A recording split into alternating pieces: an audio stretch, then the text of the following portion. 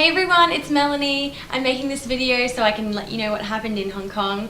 I'm finding that the first time I told the story, just when somebody asked me how it was, I told a lot of detail, and then as more people ask, I tell less detail and less detail. So I wanted to make this video so that if you want to know, this is the detail. I like details, so this video is going to be quite detailed. So the first thing we got was this contest booklet, contestant handbook. It's got all the details about what you need to bring and things like that, and it also has in it our itinerary. So I just wanted to go through with you what we did. So on Sunday when we left, it was just all day flying, and we got there, checked in at the hotel, which was incredible. It's called the Mirror in Hong Kong, and it was just awesome. It's a 5-star hotel, and it was shiny and fancy, and people opened the door for you and delivered you food, and it was just awesome. And so then that night we went out for dinner, which was really cool. And then day 2 was Monday, so it's pretty much the first full day of stuff. So they were pretty full on days. Like breakfast was at 6:30, and we didn't get back until 8 o'clock. But it was a really awesome day. So we started off with a makeup workshop, which was really awesome. It was run by Luis Casco, who is from South America originally, and he's doing somebody's top model and some runway show. He's on TV at the moment. He's a really awesome guy. And he was really cool. He taught us to do the perfect winged liner. It was a pretty cool look. And then after lunch we did styling training with Christy Simpson, who was really awesome. She's from England, and she styled Victoria Beckham and other people like her, which is awesome. So she taught us about our body shapes and how to dress to fit your shape or to suit your shape, and also some staple things that you should have in your closet, which was really cool. I enjoyed that session. And then after that we had some groups doing TV interviews while we waited for the next thing, and then at night time we did a model training, which was with Cara McIlroy, Cara G she goes by, who is a supermodel, and she's awesome as well. She's Australian, so that's good. So she taught us then how to walk down the runway and what not to do, things like that. So she was cool. And then after that we just went back to the hotel and had dinner. And then the next day, so on Tuesday, was a pretty interesting day. It was photo shoot day. So we had Jason Capabianco, that guy, Capabianco. He's got a confusing last name, but he was a really cool guy. So we, when we got there, actually I felt a bit like a celebrity on that day, because we had a group from Tony and Guy come in and do our hair. And so they were doing our hair, Sarah was doing my makeup, and people were walking all around with video cameras and just regular cameras taking photos and video. And then some of the Chinese contestants came over and, can I get a photo with you? And it just felt like it just felt like I was a celebrity. Like they'd come and get a photo, and then the person taking the photo would swap with the one who was in the photo, and then there'd be another pair coming to line up to take photos, and I was like, wait in line. Like it was just so weird to have people wanting to get a photo with me. I mean, I guess because all the other contestants were Asian, except for the New Zealand girl who was actually from Mexico originally. All had dark brown or black hair, and I have red hair and pale skin. So I think I was very different, and I was a lot taller than most of them as well. So it was really cool. So they did our hair and makeup for the individual photo shoot, and then after lunch we had a group photo shoot challenge. They showed us a mood board, which is just like a collage of different photos with the same sort of theme, and we had 1 minute to look at it and write down ideas, and then they did hair and makeup again, and we decided how we were going to do our group challenge. So it was Marcella and I, so she's from the New Zealand team, and we joined with the Filipino team, which were awesome. So there's 3 of those girls, so there's 5 of us all together, and we did a sort of backstage, just about to go on kind of feel, like you've been waiting around, you're a little bit bored. So you can see those photos on Instagram or Facebook. We didn't win that, but it was pretty fun anyway. And then after that was just dinner and relaxation. And then the next day was Wednesday, so this was quite an interesting day. In the morning we had model casting, so that was at the hotel, so we didn't have to go anywhere. We went to a function room, and they told us to wear our bikinis, but over the top of that a fitted black singlet and black tights. So So we did that, and I was a little bit nervous, and we went in one by one and walked up for them, like as if it was a real model casting for a real modeling job. They really wanted to make it feel like a real live casting, so it was very professional, and we filled out paperwork and everything before we went in. Yeah, and then so when we were in there, we did a walk in our tights and singlet, and then they told us to hold up one of their products and deliver a line, "Discover what you love with Mary Kay," and like pose with the product, and then go behind and change into our bikini and come out and do a walk just so they can see your figure and whatever. So we did that, felt a bit nervous, and I don't think I did very well, but it was okay. And then that afternoon we just chilled out. We had a practice for the makeup and our walk, because we still weren't very good at walking in heels at that time. And yeah, so that was Wednesday. It sounds like a pretty chill day, but it was pretty nerve-wracking in the morning. And then on Thursday, so that's the last day, we woke up a bit later, and we went to Shore Studios, which is a really cool place, just like a big open space. I think they shoot movies there, maybe.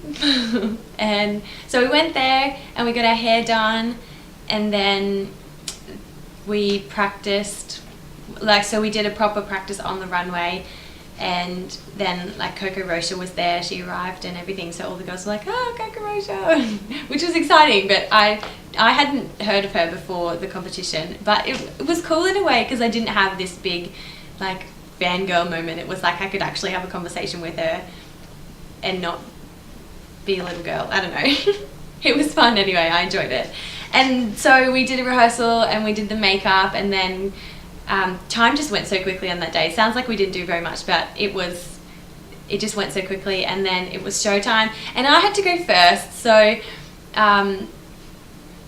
it was pretty daunting, but I felt quite relaxed actually. Oh, I forgot to tell you, the clothes in the styling session with Christy Simpson on day 2, on Monday, she picked the outfit for us for the finale. So it wasn't like made to fit my body like I thought, but it was picked off a rack by Christy Simpson, and she started and everything. So I was wearing a blue, like a dark navy button-up collared shirt with like slits, and my shoulder was popping out, I don't know how you would say that, and like rolled up. And then the skirt was like a peachy colour, and like it was tucked in and high-waisted with a brown belt. Looked nice. And anyway, so that was the outfit that we wore on the finale. So Thursday was a lot of just getting ready and rehearsing and practicing walking up and down the runway. I had to go first, which was quite scary, but cool at the same time. Like, I didn't really feel nervous until I got out there, and I was like smiling and my lips started to shake, so I was like, it probably looked a lot different to that, but anyway, it was cool. I really enjoyed going first actually, because I kind of was the first person that they saw. I don't know, it was cool. And yeah, then it kind of just happened. Like, we rehearsed and we finished our makeup and we got dressed, and then it just happened. It was the show. When they announced the top 10, they announced my name first. So that was probably my highlight of the whole trip, being called in the top 10. I like squeezed Sarah's hand so hard, and we just walked out there with the biggest smiles on our faces. And then once we were all out there, they asked us all a question. So they asked me, "What does Dream Beautiful mean to you?" And I just said, I mean, I'll paraphrase, it wasn't exactly like this, but I pretty much said it's about dreaming big, but not just for myself. I like to encourage other people to dream and to live their dreams, and that Will and I get a chance to do that at youth group, because we run the youth at the church. And when they translated for me, I think she said that I had 2 children, because in the bus home, on the bus ride home, one of the other contestants was like, "Oh, and you've had 2 children?" And I was like, "No, I haven't. How did you, what?" So I'm hoping that everyone doesn't think that I have 2 children. So we didn't win, but we got in the top 10, which was awesome. And they said almost 300,000 people entered the competition, and I represented Australia in that and became one of the top 10 finalists. So it was so awesome, such an incredible experience. And the next day was Friday, and we just checked out, went shopping and went home. So the only money I spent all week was on a pair of shoes for myself. That's it.